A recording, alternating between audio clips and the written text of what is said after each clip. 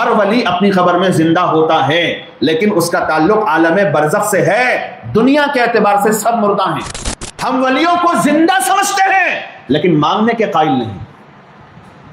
یہ فرق وہ گرین چینل والے نہیں سمجھاتے۔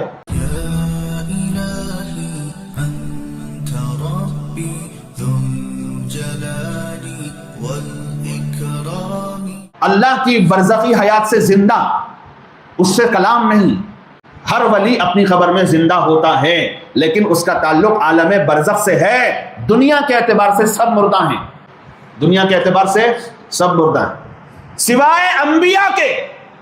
ویسی حیات جو انبیاء کو ملتی ہے وصال کے بعد، وفات کے بعد، ویسی حیات کسی انسان کو، عام انسان کو نہیں مل سکتی۔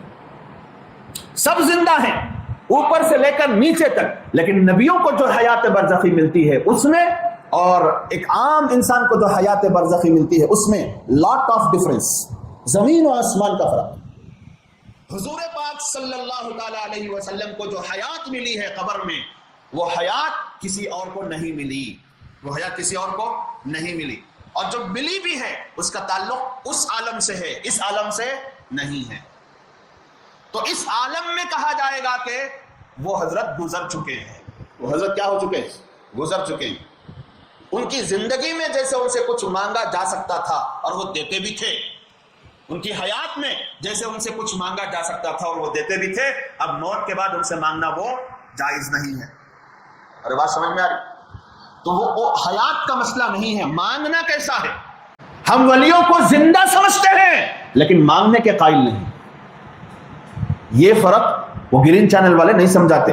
خالی کیا ٹھوکتی ہمارے اوپر، ولیوں کو نہیں مانتے، ولیوں کو مردہ بولتی، ولیوں کو غیر مختار بولتی۔ ارے بھائی جو ہمارا عقیدہ ہے وہ بولو، تب نہ سامنے لوگوں کی بات آئے گی۔ ہمارا عقیدہ یہ ہے کہ عالم برزخ میں سب کو ایک گنا حیات ملتی ہے، انبیاء کو بھی، صحابہ کو بھی، تابعین کو بھی، تبع تابعین کو بھی، اولیاء اللہ کو بھی، صالحین کو بھی، شہداء کو بھی، عام مومنین کو بھی، سب کے سب حیات برزخی سے، حیات برزخی میں مبتلا ہے۔ زندگی کس ٹائپ کی، اس کی کیفیت کیا ہے، اس کی ماہیت کیا ہے، یہ تو ہمیں نہیں پتا، لیکن قرآن کہتا ہے بل احیاء عند ربہم یرزقون، وہ زندہ ہیں اور ان کے پروردگار کی طرف سے ان کو رزق دیا جاتا ہے، لیکن زندگی کی کیفیت کیا ہے ہمیں نہیں پتا، نہ قرآن نے بیان کیا نہ حدیث میں اس کی کیفیت آئی۔ اتنا ماننا ہے کہ سب کے سب کیا ہیں؟ زندہ ہیں۔ لیکن اب دوسرا سوال ہوگا، جب زندہ ہیں تو مانگ سکتی کیا حضرت؟ جب زندہ ہیں، ولی اپنی قبر میں زندہ ہیں تو مانگ سکتی کیا حضرت؟ تو علماء نہیں بولتے، عالمہ نہیں بولتے، مفتیاں نہیں بولتے، قرآن بولتا اللہ کے علاوہ کسی سے مانگنا جائز نہیں ہے۔ تو جو لوگ چڑھتی نا دیوبندیوں پر کہ انہوں قبر والوں کو مانگتے نہیں، وہاں مانگے تو حرام بولتی، شرک بولتی، تو ان کا فتویٰ دیوبندیوں پر لگتا ہے یا قرآن پر لگتا ہے؟ ظاہر سی بات ہے، سوچ لے ذرا۔